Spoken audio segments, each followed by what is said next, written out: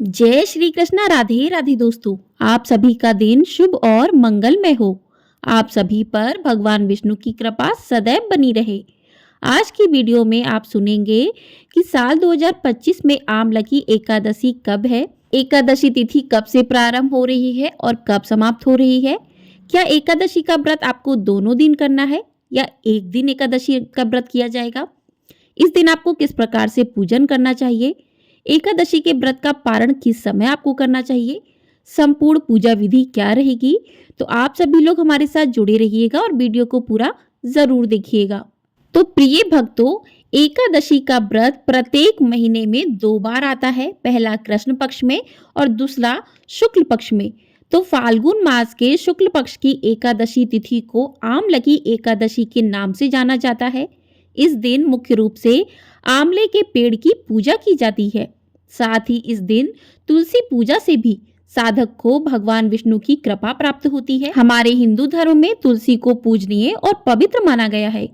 विष्णु जी की भी प्रिय होने के साथ साथ तुलसी में धन की देवी लक्ष्मी जी का भी वास माना जाता है। कहते हैं कि एकादशी तिथि पर भगवान विष्णु जी को जो भी भोग लगाया जाता है उसमें तुलसी दल डालकर ही अर्पित करना चाहिए, क्योंकि तुलसी के बिना विष्णु जी का भोग अधूरा माना जाता है। इसलिए आप एकादशी के पहले ही तुलसी के पत्ते तोड़कर रख लें, क्योंकि एकादशी के दिन तुलसी के पत्तों को नहीं तोड़ा जाता है।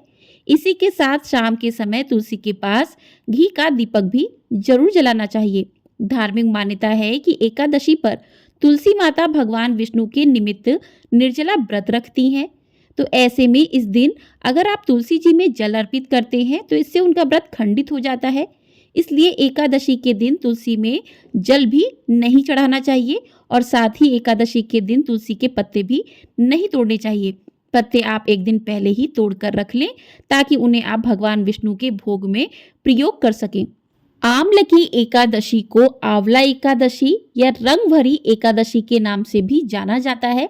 तो इस दिन जो भी भक्त सच्चे मन भाव से व्रत करते हैं, भगवान विष्णु का पूजन करते हैं, तो कहते हैं उन भक्तों की सभी मनोकामनाएं पूरी हो जाती हैं। आइए अब जान लेते हैं कि एकादशी तिथि कब से प्रारंभ हो रही है और कब समाप्त हो रही है।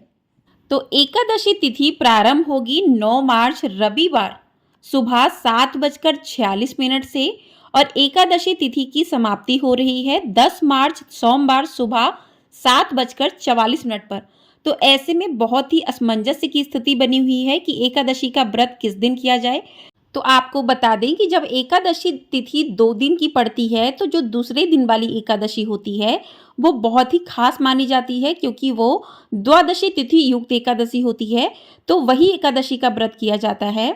वैसे आप दोनों ही दिन एकादशी के नियमों का पालन कर लें यदि आप व्रत रखते हैं, लेकिन आप जो है व्रत 10 मार्च सोमवार को ही रखें, क्योंकि 9 मार्च को जो एकादशी है वो दशमी तिथि युक्त एकादशी रहेगी और 10 मार्च को जो एकादशी रहेगी वो द्वादशी तिथि युक्त एकादशी रहेगी।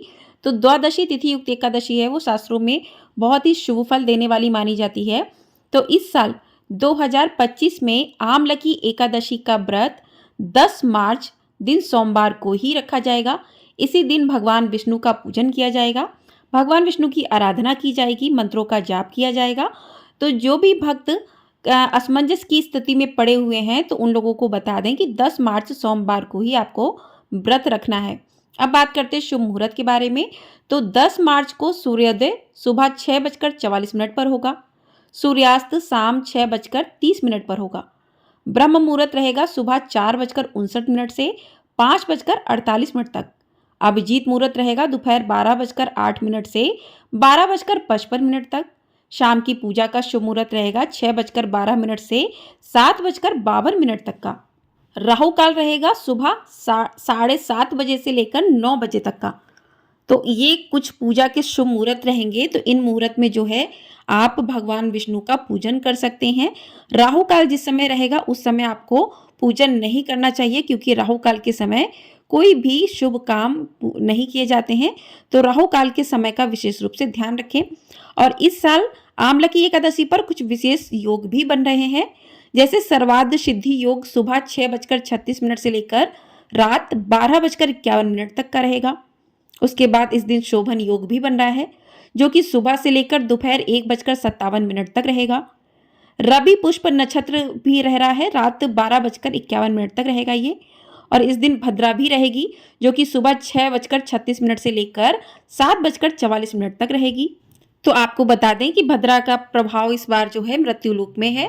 तो ऐसे में भद्रा के समय जो है कोई भी शुभ काम नहीं किए जाते हैं। पूजा पाठ कर सकते हैं आप, लेकिन जो भी आप पूजा पाठ करते हैं उसे शुद्ध मन से करें। जो भी पूजा पाठ की वस्तुएं हैं उसे शुद्ध कर लें। तो इस प्रकार से जो है भद्रा के समय का भी विशेष रूप से ध्यान रखते हुए ही आप पूजन करें। अब बात करते हैं द्वादशी तिथि कब से प्रारंभ हो रही है। तो द्वादशी तिथि 10 मार्च सोमवार सुबह 7:45 से प्रारंभ हो रही है, जो कि समाप्त होगी 11 मार्च मंगलवार सुबह 8:13 पर। तो 11 मार्च को द्वादशी तिथि 8:13 पर समाप्त हो जाएगी और 10 मार्च को 7:45 से द्वादशी तिथि प्रारंभ होगी। अब बात करते हैं कि हरिवासर का समय कब समाप्त होगा।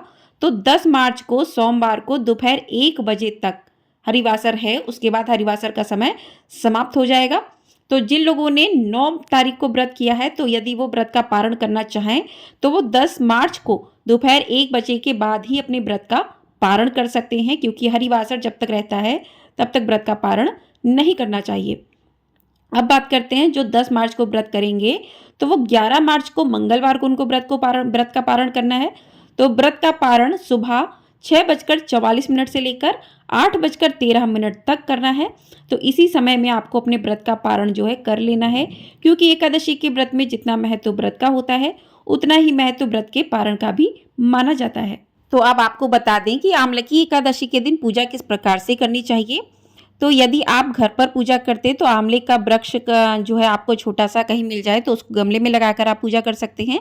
अगर आपको नहीं मिलता है आसपास, तो कहीं पे और भी आंवला का वृक्ष लगा है तो आप वहां पर जाकर पूजन कर सकते हैं। तो सबसे पहले आंवला के वृक्ष में आपको जल देना है। उसके बाद आपको, अगर आप घर पर पूजन करते हैं तो अच्छे से एक साफ सुथरा कर लीजिए, गंगा जल छिड़क लीजिए, या फिर आप गेरू से लेप सकते हैं, गोबर से लेप सकते हैं। वहाँ पर आप गमले को रख लीजिए, भगवान विष्णु की प्रतिमा को स्थापित कर लीजिए। तो सबसे पहले जल से स्नान करवाइए, उसके बाद तिलक लगाइए। तो आप तिलक लगाइए, उसके बाद जो है अक्षत का प्रयोग नहीं किया जाता है, तो आप तिल लगाइए, पुष्प अर्पित कीजिए और जनेऊ अर्पित कीजिए भगवान विष्णु को। कलावा अर्पित कीजिए वस्त्र स्वरूप। अगर आपने पीले रंग का कोई वस्त्र लिया है तो वो आप अर्पित कर सकते हैं।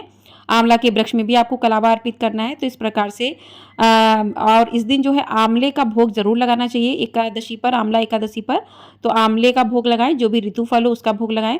आंवले से बनी कोई मिठाई हो तो उसका भोग आप लगा सकते हैं। तो इस प्रकार से भोग लगाने के बाद आपको आंवला की एकादशी की कथा को पढ़ना है। तो कथा आपको हमारे चैनल पर सुनाई जाएगी, तो आप लोग वहां से उसको जरूर सुनिएगा।